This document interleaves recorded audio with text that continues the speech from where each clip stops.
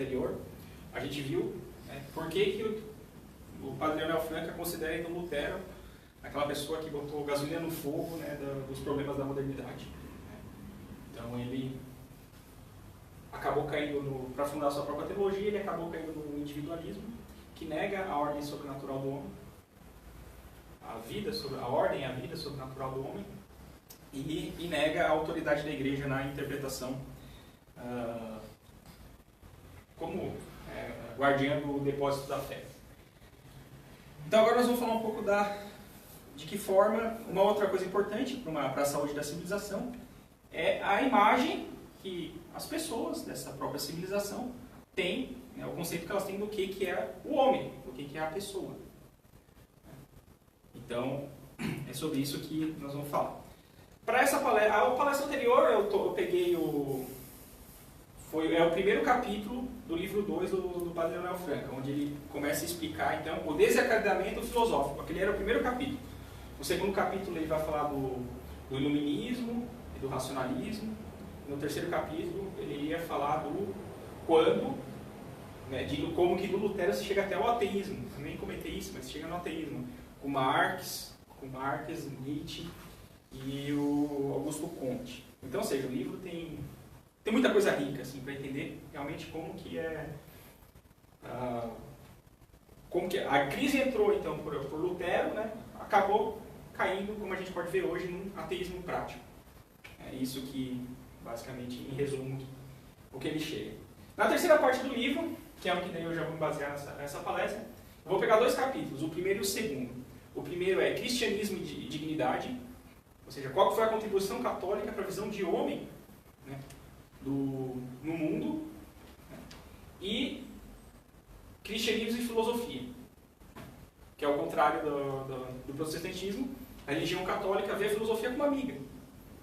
A filosofia ela vai confirmar, ou pelo menos vai ajudar o homem a abraçar a fé, o que é uma coisa muito boa, diferente do protestantismo.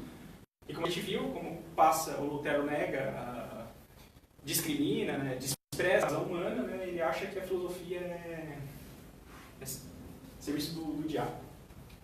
Que irônico. A gente viu que ele foi usado pelo diabo para fazer a bola de neve da crise. Pois bem, daí então nesse capítulo de Dignidade e Cristianismo, o Padre Leonel Franca começa dizendo o seguinte: a volatilização progressiva da ideia de Deus e a divinização deformadora da ideia do homem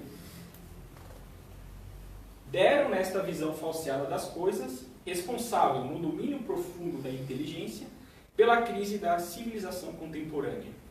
Não pode subsistir a dignidade do homem onde não adora a majestade de Deus. Isso aqui tem a ver com aquele desencadeamento, né, que chega numa hora. Porque o que o Lutero fez? O Lutero montou, tanto Lutero quanto Descartes, o que eles fizeram? Lutero montou sua teologia no baixo do eu acho. Lutero foi excomungado, a igreja não serve. Lutero ia contra o magistério da igreja, o magistério não é infalível não, ele é falível. Então ele sempre do contra, ou seja, qual era o critério de verdade? Individualismo, certo? Ora, disso aí, o que aconteceu? Ele era um abençoado, né? Ele era um Maomé, né? E daí isso aí caiu o quê? Da tirada do Deus como centro do mundo para colocar o homem. O racionalismo é isso. Né? Não é o homem, mas a razão do homem. Né? Fruto do idealismo como foi visto. Então, é isso. Então, claro, se já mudou, se o homem saiu do centro, se colocar o homem no centro como um novo Deus, a própria dignidade do homem é afetada com isso, para pior, paradoxalmente. O homem se coloca numa importação maior do que ele tem, esquecendo de Deus, e isso degrada a dignidade do homem. Então é isso que vai ser mostrado, né, nessa palestra agora. Né. Eu não vou me valer só do livro do Padre Leonel Franca. Né. Então, os fundamentos, né, eu peguei dele, mas eu vou falar de outras coisas que não estão, digamos, tão bem explicadas no livro. Então, para a gente falar de dignidade do homem, a gente tem que ter em mente um conceito que se chama pessoa. O que é a pessoa? Antigamente, lá nas Grécias, a primeira veio então de uma palavra chamada persona, que significava a máscara que se serviam nos teatros. Depois, passou a significar um papel que alguém desempenha na vida social. No direito romano, significava um representante em matéria judiciária. Então, o que o padre Leonel Franca chama, que já na origem da palavra pessoa, já tem um pouco de dignidade. Por quê? Porque, ainda que fosse a máscara do teatro, geralmente quem fazia teatro, né, eram os escravos. Eles eram aplaudidos pelo teatro, ou seja, era um momento de glória dos escravos. Então a máscara dava a própria máscara dava uma certa dignidade. No direito romano nem se fala, né? Então, tipo assim, a pessoa era digna de representar a outra num processo judiciário. Né? Bom, mas continuando. Na Idade Média, sinônimo de dignidade eclesiástica ou civil, né? E mais tarde, né, passou a significar então, atributos intrínsecos e específicos a respeito do homem. Né? Então, aqui já houve um up no desenvolvimento, principalmente da teologia escolar, que deixou de ser essa função social para ser o homem. O que é o homem? Para responder o que é o homem. Então, ele sai de um conceito, de uma conceituação de papel social, ou seja, da sociologia, digamos assim, para a filosofia. A preocupação, então, passa a ser filosófica. Depois teve uma queda e hoje em dia, né, o que significa a pessoa?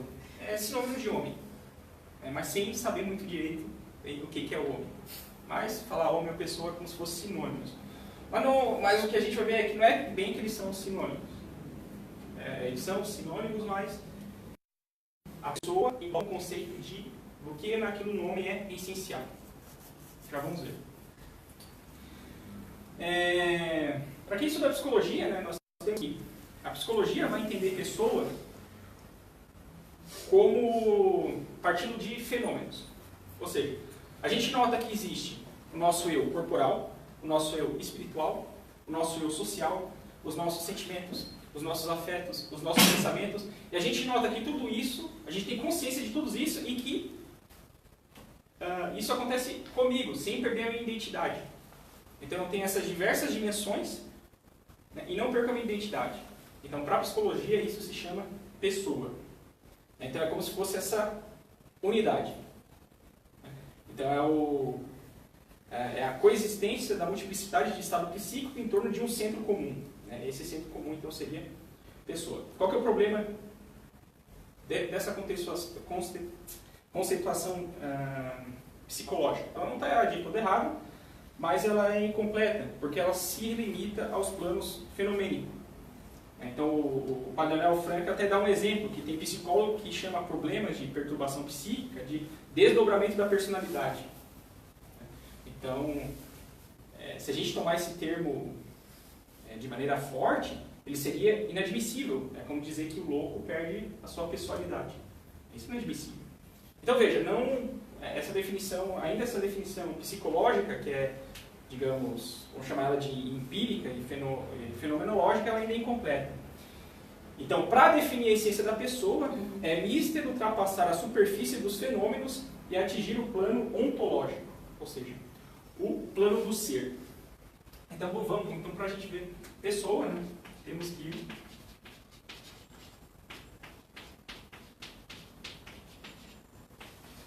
plano do ser, ontologia.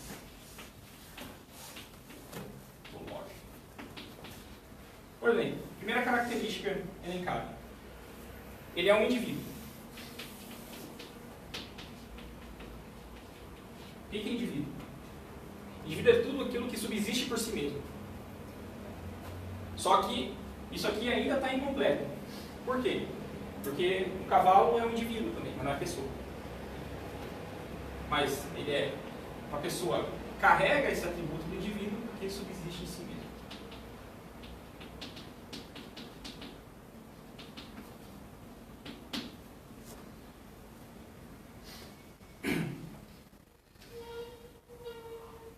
Mas, como eu falei, como o cavalo também é um indivíduo, não dá para dizer que a dignidade da pessoa, do homem, está no fato dele ser indivíduo.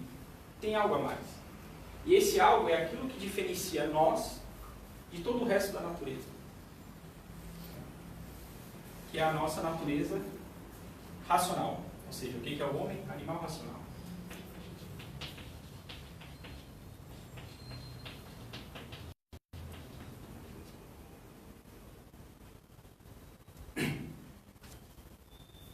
fato do homem ser animal racional, ele pode usar a sua inteligência para conhecer as verdades da natureza e se elevar acima dos seus sentimentos e dos seus instintos. Não somente isso, quando o homem vê uma verdade, ele ainda caminha para o bem que ela pode trazer. Então, o homem, por causa dessa natureza racional, ganha dois atributos. E esses atributos, junto com a subsistência em si, é que deu a dignidade do homem. Que é, então, a inteligência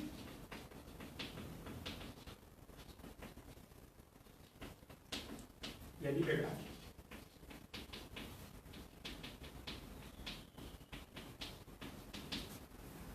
Então, a dignidade do homem está no fato dele subsistir de pessoa, ele subsistir em si, ter inteligência e liberdade. Isso faz com que a pessoa, por ela ter dignidade, ela seja um fim em si mesma. Diz o Padre Leonel: cada pessoa é no universo uma obra-prima que não se repete. E toda tentativa de reduzi-la incondicionalmente ao simples mister de um instrumento a serviço de fins temporais, nação ou raça, partido ou Estado, é um pecado que introduz na harmonia das coisas a desordem de uma ruína, de que nada nos poderá consolar. Então vamos aprofundar nisso. Assim, de maneira simples, não vou me aprofundar no caso. Mas o homem, ele tem duas faculdades. Ele tem as faculdades superiores, chamadas superiores.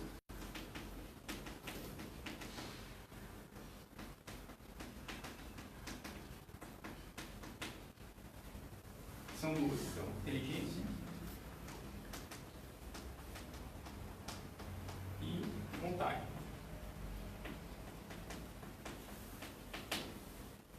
A inteligência é o apetite que o homem tem em buscar a verdade.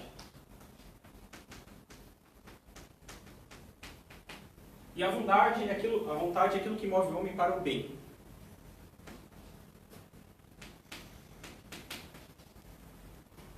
Não tem liberdade no mal, só no bem. A liberdade é o bom uso da vontade. E tem as faculdades inferiores.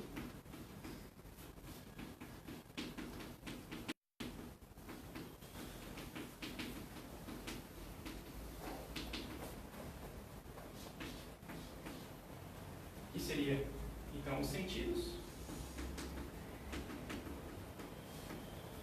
Dá o conhecimento sensível. E os apetites.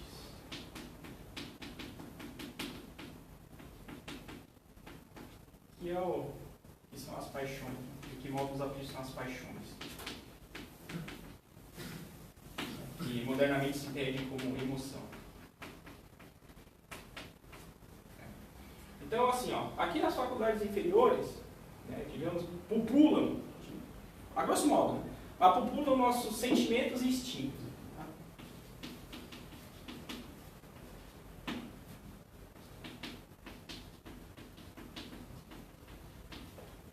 E nas faculdades superiores, impera, então, como eu já falei, a verdade e o bem. O homem se preocupa com perguntas como: o que é? Por quê?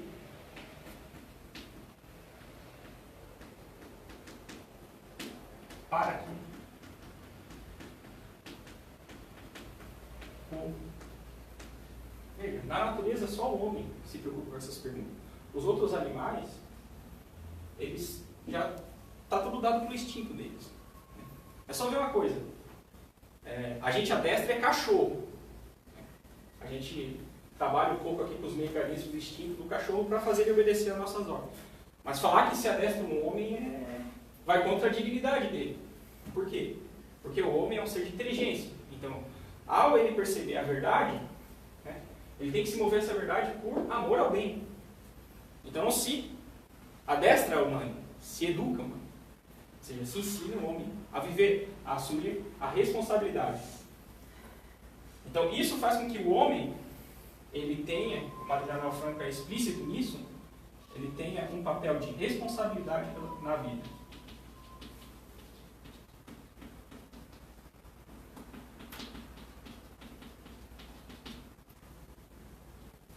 O que é bem interessante, que volta aquele conceito de pessoa como máscara. Ou seja, eu tenho uma responsabilidade na vida, como se eu fosse como se eu tivesse um papel no teatro em que eu tenho que atuar. Mas a diferença é que eu tenho que atuar com responsabilidade. Então veja, aquela noção primitiva foi se desenvolvendo até chegar no seu convidado pela sua própria natureza intrínseca. E daí vem uma coisa muito interessante. Tendo em vista que a dignidade do homem se dá por essas características, subsistência em si, inteligência e vontade, e liberdade, para que serve o direito? Isso é muito importante.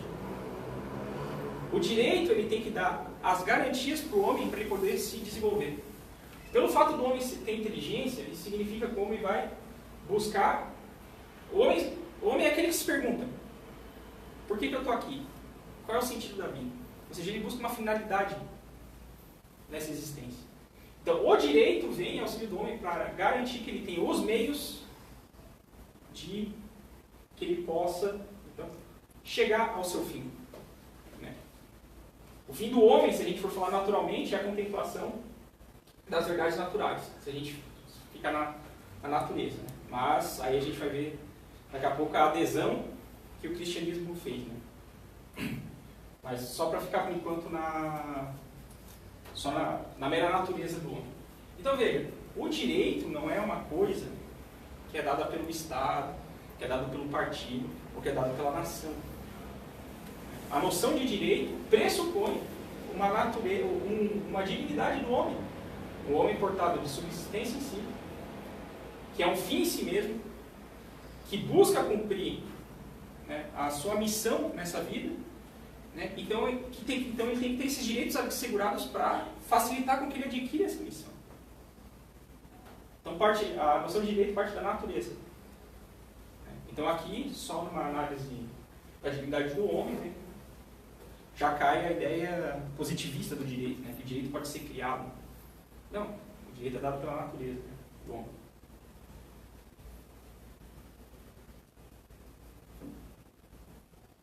Mas tem mais um detalhe. O positivismo acha que, por exemplo, que a lei vale pela lei. Então, você pode ferir um direito natural, por exemplo, da legítima defesa. Né? Que é o que acontece no Brasil. Não, pode dar, pode tirar, é arbitrário. Não é arbitrário. Existe uma natureza a ser respeitada. O que justifica o direito não é a caneta, como acha o positivo. Não é o comum acordo. Não, é a finalidade do homem. Porque, diferentemente dos outros animais, o homem tem inteligência. Então, ele pode raciocinar, usar a razão para saber, não, peraí, eu tenho uma finalidade a cumprir.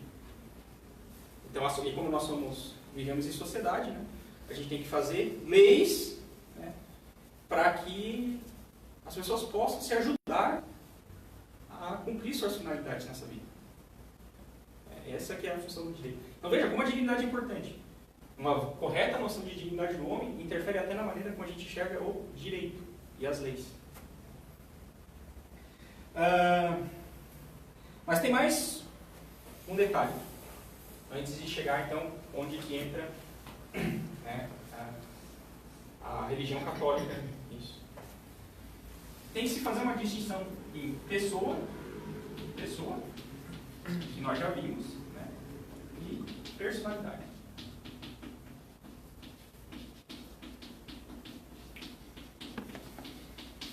Esse termo aqui na psicologia tem 10 milhões de definições. Não tem um consenso conceitual. Então, cada autor, quando for falar o que é personalidade, ele tem que definir bonitinho. Se ele jogar a personalidade sem explicar direito o que é, está com treta. Porque tem várias interpretações. Mas o padre Daniel Franco usa uma mais clássica, lá, inclusive da psicologia atomista, se for ver, que é o seguinte: tudo bem, a gente nasce com essa natureza. A gente subsiste em si, a gente tem inteligência, tem que ter verdade. Mas isso não está dado, a gente não recebe a plenitude da pessoa. A gente tem que desenvolver. É como eu falei, a gente tem que ser educado. para isso. Né? E aí que entra a personalidade. A personalidade para usar o termo aqui do Padre Leonel para ser, é o desenvolvimento moral.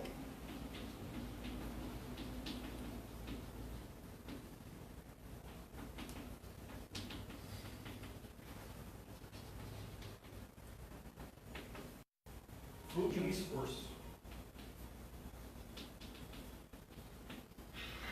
É dado pela educação.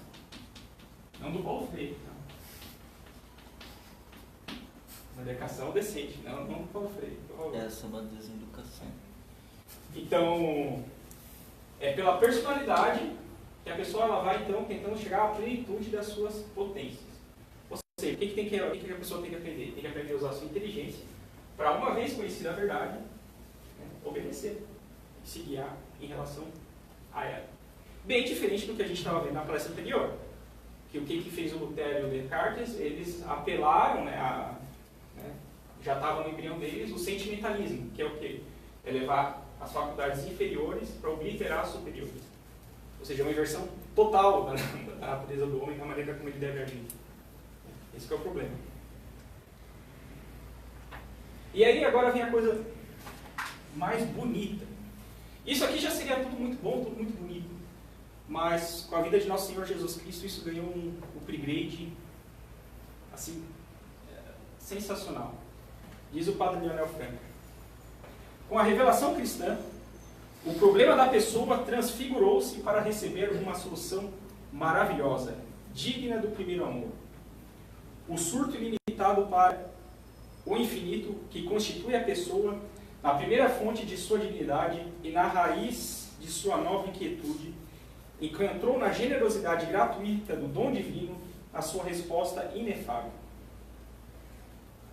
Olha só. Então, veja, não basta só o homem,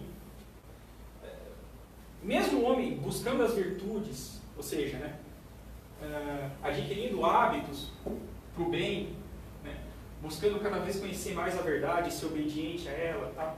Por mais que o homem faça isso, ele ainda vai estar inquieto. Porque também é da natureza humana um desejo pelo infinito. Esse desejo por Deus. Então, o Deus, no ato de amor, o que ele fez? Ele se encarnou. Então, continua aqui o Padre Leonel.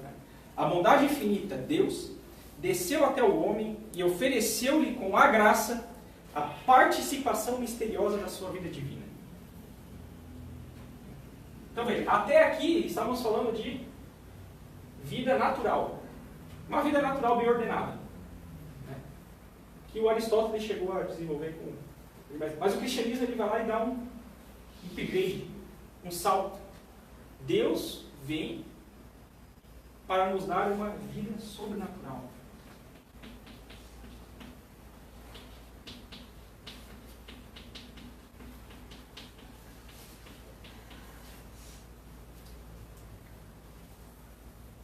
Aquela que o Lutero, que a gente viu na primeira palestra, o Lutero negou. Quando o Lutero coloca ali uma interpretação, ou quando o Lutero chega e diz assim, opõe natureza e graça, diz que a natureza já é irremediavelmente corrompida, então nega a ação purificante da graça, o Lutero, logicamente, ele nega a possibilidade dessa vida natural. Mas não, ela existe. Deus veio no auxílio do homem para nos erguer, para fazer uma vida sobrenatural que nos faz o quê? Participar, por participação, ou seja, por graça. Ele eleva a natureza do homem a uma natureza divina. Então a gente participa da vida divina. Participa.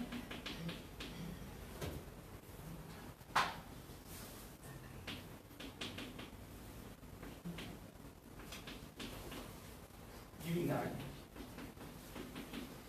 Ele nega o celibato veementemente, né? Nega porque ele é fraco. Não, é que assim, quando vem uma paixão, para o Lutero é o seguinte, uma paixão forte contra a castidade. Né? O homem, para o Lutero, como ele tem aquela visão pessimista do homem, o homem não tem forças para resistir a isso. E nós dissemos que não. O homem não só tem forças para resistir isso, né? Como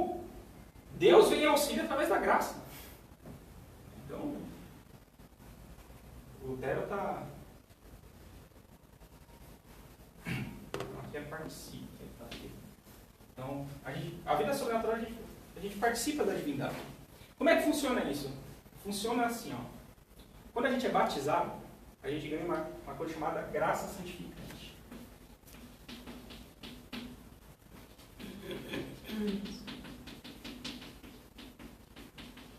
O que a graça santificante faz? Ela é como se fosse um Wi-Fi lá para o céu.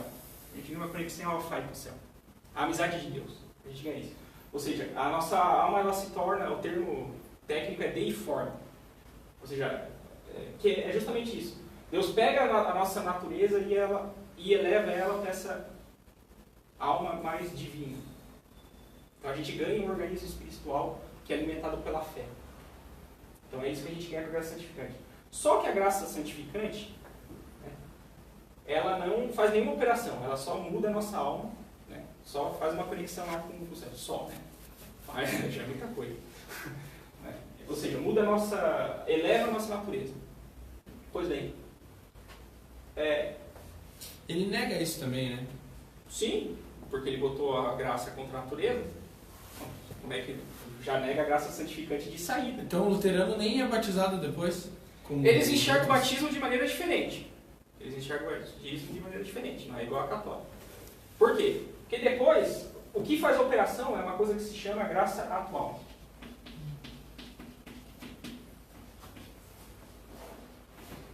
Então o que faz Deus? Deus envia, então é a graça atual. Então o que Deus faz? Ele envia sua graça para quê? Ele explica o Tanqueray. O Tanqueray explica muito bem isso. Para que ilumine a nossa inteligência, ou seja, a fé vem, ilumina a nossa inteligência e, digamos, aquece a nossa vontade.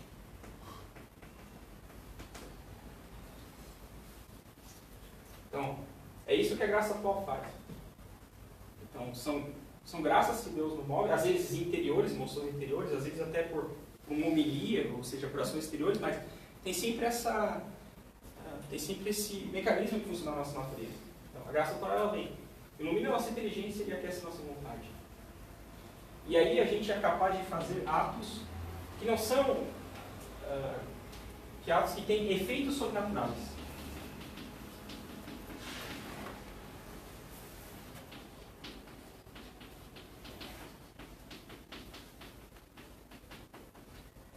Que é o que nos dá méritos.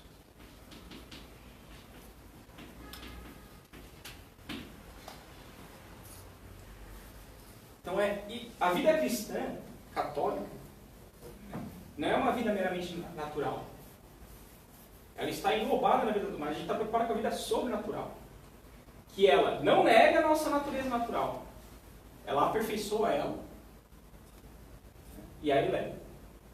Porque nossos atos não vão ser meramente atos bons do ponto de vista humano. Veja, é infinitamente, para Deus, é muito mais meritório. Tipo, vi um mendigo na rua e dei uma esmola por compaixão humana. É um bom ato? É um bom ato. Mas um ato infinitamente melhor e que vai agradar a Deus é se eu der essa esmola porque eu vejo nele Cristo. Ou por amor a Deus. Quando eu coloco o elemento da fé nas minhas ações, não é porque eu faço isso porque eu sou bonzinho. Não, é a graça de Deus atuando sobre mim. Isso é caridade. Por amor, tá? Isso é caridade, né? Isso é caridade. O resto é solidariedade. Não, é filantropia. Não, a diferença, então, isso é caridade, amor sobrenatural. Sobrenatural porque o limbo de uma vida é E sobrenatural. caritas, de amor a Deus, né? Isso. O resto, esse negócio dessas doações, chama-se solidariedade, né? E o que o pecado mortal faz? Ele corta o Wi-Fi. Né? A gente perde isso. A gente volta só para o natural. A gente pode até fazer atos bons, não estou dizendo que pode. Mas a gente deixa de ganhar mérito. Então, tipo assim, tá em pecado mortal é uma coisa terrível para nós. Terrível. Porque a gente está longe da amizade de Deus. O cristão hoje em dia perdeu essa noção. Então veja como o Lutero está errado. A graça pressupõe a natureza humana, a purifica e a eleva. A eleva a tornar apto a fazer efeitos sobrenaturais. E aí fica claro aquilo que eles não entendem, que, por exemplo, alguns santos são místicos, né? Isso. Quando dá para aperfeiçoar mais um pouco. Quando a gente só está na esfera natural e a gente vai praticando os bons hábitos, a gente adquire uma coisa chamada virtude. Mas quando a gente está na vida sobrenatural, é o Espírito Santo que infunde essa virtude na gente. Então a gente adquire virtudes infusas. E quando a gente vai agindo para essas virtudes infusas, nós vamos praticando a gente vai ganhando virtude, mas essas virtudes, por serem infusas, vão sendo meritórias do ponto de vista da salvação. Vai nos purificando, vai nos tornando cada vez mais próximos e íntimos de Deus. Mas Deus pode ainda nos chamar para uma via unitiva. Que é o seguinte: não basta, as virtudes infusas não é mais meramente, porque a virtude infusa ainda ela necessita da, como eu disse, ilumina a inteligência e aquece a vontade, ela precisa da nossa colaboração. Certo? Mas ela pode chegar a um termo de Deus atuar diretamente na alma que ela se torna heróica. Ela se torna heróica. Ou seja, é tipo assim, como a gente diz comumente, só Deus consegue ver os corações. Então, num ato de dar uma esmola, não tem como eu saber se a pessoa está agindo por graça natural ou por virtude humana. Isso eu não tenho. Agora, tem certas ações que não tem como explicar humanamente. Então, eu gosto muito do exemplo do Santo Afonso. Santo Afonso de Maria Gregório, ele foi lá e falou assim, para um padre, ele falou assim, daqui uns, não me engano, 5 anos, daqui uns 5 anos vai aparecer uma pessoa no confessionário, ela vai te contar essa história. Não acredita, a história é essa, orienta ela assim. 5 anos de antecedência. E o padre, e isso realmente aconteceu. Isso não se explica por virtude humana. Então, é óbvio que esse conselho foi um conselho heróico. Heróico na teologia significa que está acima das próprias forças humanas. Ou seja, é como se o próprio Deus te pegasse no colo e te carregasse.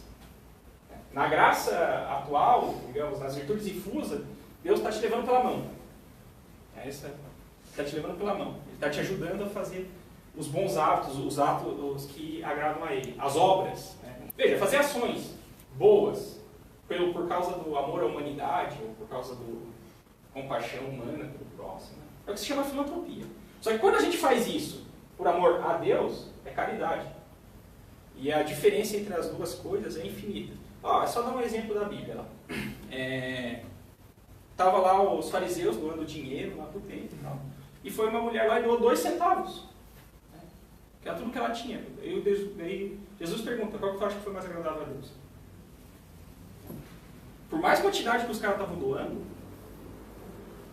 foi muito mais meritório os 2 centavos. Por quê? Porque ela fez por graça, por amor a Deus. Não por uma mera obrigação ritualística ou convenção social ou qualquer outra coisa. Para cumprir a lei. Não, a lei manda eu obedecer. Ser um bom cidadão. Não. Por ela ter feito amor a Deus, não. Esses 2 centavos valeram muito mais. Então, se vocês fizerem doação para o Instituto Santo Atanásio, façam por amor a Deus, para ganhar bastante méritos. Mas eu estou explicando isso aqui para deixar claro que, para mostrar que, como a nossa visão é muito diferente da luterana, a graça pressupõe a nossa natureza, ela aperfeiçoa ela e a eleva para a ordem sobrenatural. Então, como foi grave o erro luterano ao separar a natureza e graça? Ele jogou toda uma vida sobrenatural fora, que é o que a gente tem de melhor. Que é o que, por isso que o Evangelho é a boa nova. Então, só que, então vou ler de novo aqui o trecho do Padre Leonel Franco. Com a revelação cristã, o problema da pessoa humana, o problema da pessoa, transfigurou-se para receber uma solução maravilhosa, digna do primeiro amor. O surto ilimitado para o infinito, que constitui a pessoa na primeira fonte de sua dignidade e na raiz de sua nobre inquietude, encontrou na generosidade gratuita do dom divino a sua resposta inefável. A bondade infinita desceu até o homem e ofereceu-lhe com a graça a participação misteriosa de sua vida divina. Ou seja, a dignidade do homem se elevou. Por quê? Qual é o fim do homem agora? A fé nos diz qual é o fim do homem. É voltarmos para Deus. Jesus Cristo é o caminho, a verdade e a vida. Ou seja, voltarmos para Deus. Então, no cristianismo, a dignidade do homem se elevou infinitamente. Não é mais verdadeira dignidade porque o homem continua subsistindo em si mesmo, ele continua tendo inteligência, ele continua tendo liberdade. A graça pressupõe a natureza. Continua tendo isso. Mas tem mais. Deus atua na alma humana para elevá-la. Para conseguir méritos, ou seja, tesouros no céu. Eu acho isso lindo. Só que aí que vem o grande drama da liberdade humana após, né, a vinda de nosso Senhor Jesus Cristo. A gente pode recusar esse dom. Podemos recusar. Então diz o padre Manuel Franco: em vez de abrir-se ao infinito da verdade e do bem, pode o homem cerrar-se nos limites de um egoísmo estreito e estéril, pretendendo levar a autonomia às raias de uma independência absoluta, chega a menosprezar as exigências da verdade e os imperativos do dever. Objetos e pessoas são indiscriminadamente transformados em simples riquezas a serviço incondicionado dos próprios desejos.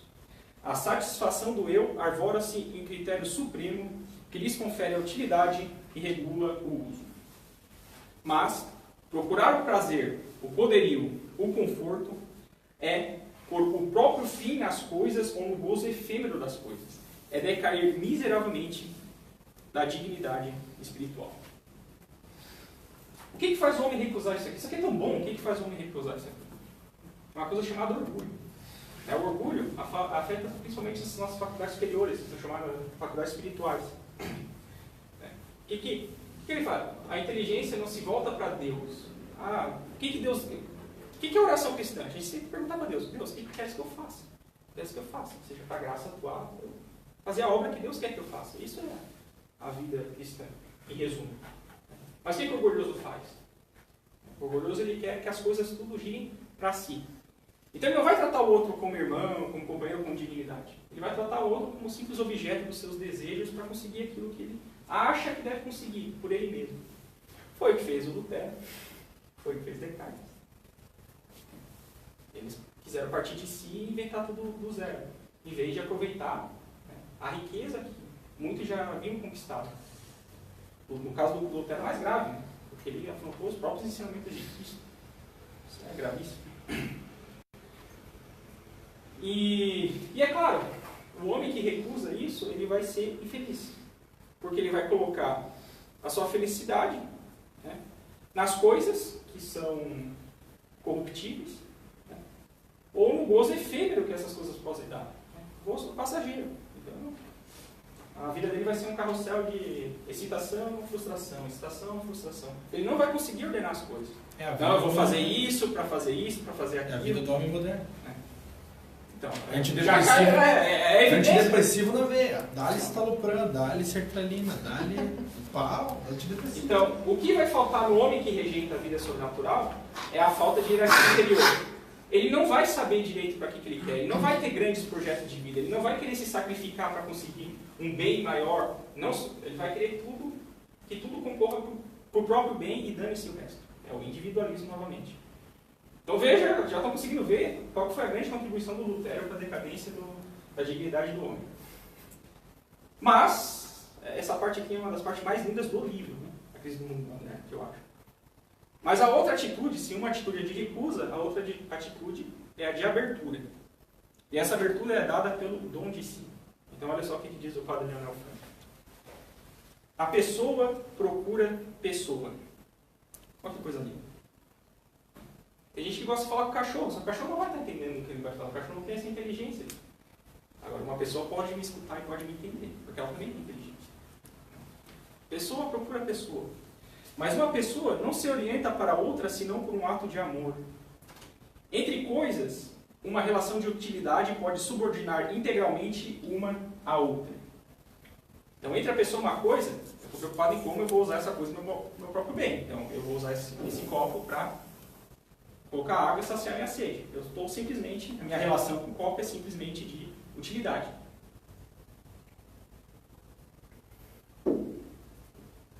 Mas isso é a nossa relação com as coisas. Mas uma relação do espírito, ou seja, pessoas dotadas dessas faculdades superiores, é isso que o espírito significa aqui. Um espírito não se ordena a outro espírito, senão por um dom livre de si mesmo, que sem o destruir, o aperfeiçoa. Olha o que é o amor. O amor é eu me doar para outra pessoa, para que sem destruir ela, eu ajude ela a se aperfeiçoar. O que significa esse linguagem cristã? Ajudar ela a se tornar mais santa. Isso é o amor. Não há, pois, solução para o problema do homem, senão o dom de si mesmo ao infinito. Por quê? Porque de onde a gente vai tirar, né, as graças para conseguir fazer esses atos nobres? Porque para eu ajudar o outro a me elevar, primeiro eu tenho que contar com a ajuda de Deus. Ou seja, eu recebo as graças para fazer as obras. Então, eu tenho que contar com esse infinito em maiúsculo. Este amor é estático, transformador e unitivo. Faz-nos sair de nós mesmos para unir-nos de maneira inefável à fonte do ser e de todo o enriquecimento no ser. Todo progresso na graça é um progresso na expansão e no enriquecimento da pessoa, condicionado sem dúvidas por sacrifícios e renúncias dolorosas. O dom de si é a realização integral de si. Amar a Deus é a razão essencial do homem e de sua felicidade suprema. Então veja, mais do que, olha o que entende, mais do que a atividade do homem ser do fato de subsistir em si, ele tem inteligência e ele tem liberdade, está no fato de que Deus ama os homens. Ou seja, o homem é muito, ou, para usar a linguagem bíblica, o homem é imagem e semelhança de Deus. Ou seja, é um motivo superior ainda aos motivos meramente naturais. Os motivos naturais já não são nada de específico, mas o motivo, colocando a fé, iluminado pela fé, ou seja, a nossa razão iluminada pela fé, dá um motivo adicional para a dignidade do homem, que é a relação com Deus. É importante aqui colocar que quanto mais a pessoa está na graça, né, mais ele assemelha-se a Deus, né? Mais ele se torna a imagem, porque Deus é um ser inteligível puro, né? E quando a gente busca a inteligência, que é baseada na fé e na graça, a gente se aproxima mais ainda, né? O que Lutero fez foi aos contra, né? Isso, é isso que eu ia falar para encerrar. Então, para encerrar, o que Lutero fez? Então, por que Lutero começou a decadência do homem? O Lutero tirou essa relação aqui, ó, da fé iluminando a inteligência, para aquecer a vontade, ou seja, a atuação da graça. O Lutero basicamente desprezou essa parte superior do homem e deu muita atenção a isso aqui. Lembrem, o que ele achava que era fé é um sentimento de confiança. Ou seja, está aqui na própria Bíblia. Não, para eu saber se uma coisa é verdadeira ou não, eu tenho que usar minha inteligência, não meu sentimento. O sentimento pode enganar. Às vezes eu quero matar uma pessoa, mas eu sou amigo dessa pessoa. Mas às vezes o sentimento é de querer matar, esganar essa pessoa. O sentimento vai e volta. É um critério terrível, instável de veracidade. O critério mesmo é de verdade, aquilo que não muda, as coisas como elas são. Nós temos, como católicos, a gente tem o dever de saber disso. Uma vez que a gente sabe disso, a gente vai ver a teologia protestante, aquelas raízes da teologia protestante, furada. Eles estão tirando, Lutero nos tirou o melhor. Quer dizer, tirou dos protestantes o melhor, que é isso aqui. Então, óbvio, a consequência é a dignidade do homem caiu. Atacou a razão, atacou a liberdade. Quer dizer, não, atacou a razão, atacou a vontade, dizendo que quando vem um instinto muito forte, a gente não consegue superar ele, ou seja, basicamente o homem não tem liberdade. Ele só reage aos instintos que vêm. A decadência é o precursor do Freud, o Lutero também. A decadência moral da sociedade vem daí. É isso aí. Então veja, na união dessas duas palestras se vê como que então Lutero pode, de certa maneira, ser dito como o pai da crise moderna. Ele bagunçou filosoficamente, teologicamente, filosoficamente e psicologicamente, né, a natureza o modo como as pessoas enxergam, né, o homem e a sua finalidade. Considerando que as faculdades superiores são que compõem o espírito e que todo ser vivo tem alma, mas somente os humanos têm um espírito, quando Lutero anula as faculdades superiores, ele não estaria, de certa forma, nos igualando aos outros animais, como fazem os Hare Krishna? É outra consequência filosófica. Então, isso aí a gente vê hoje no direito dos animais. A gente viu que o direito... De onde é que parte o direito? Do fato da gente ter essa dignidade. O cachorro tem essa dignidade? Não. O cachorro é indivíduo, mas ele não tem inteligência e nem liberdade.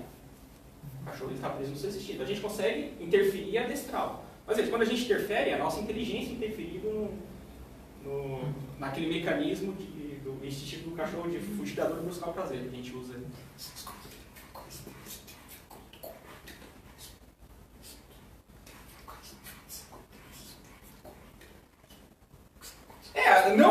O que eu estou querendo dizer é que não diretamente, né? Não é disso, mas assim, as raízes para se chegar lá é aquela coisa da bola de neve.